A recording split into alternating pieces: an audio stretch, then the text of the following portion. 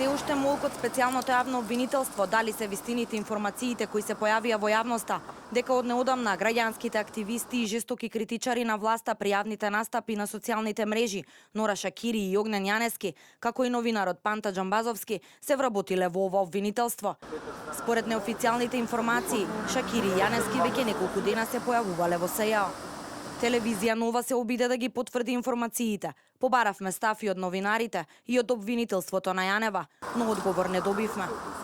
Нема одговор од Катица Јанева и нејзиниот тим, по кој критериум се одбрани овие лица и врз основа на што е одлучено дека тие се најпогодни за да бидат ангажирани во СЈО.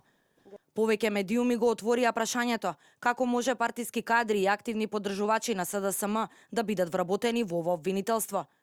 Дел од медиумите анализираат дека Јаневски и Шакири постојано јавно ја критикуваат власта и се присутни на сите антивладени протести во изминатиот период.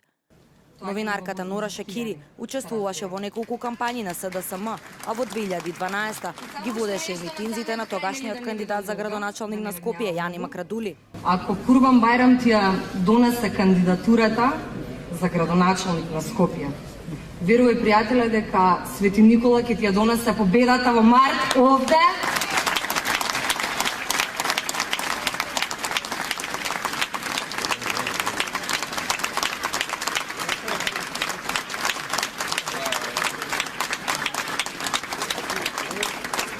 Ништо не е случајно.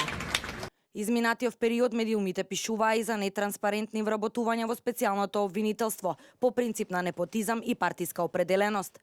Жестоки реакции кај јавноста предизвика информациите за вработување на роднини на повеќе обвинители колеги на Катица Јанева, кои се дебело платени со пари од граѓаните.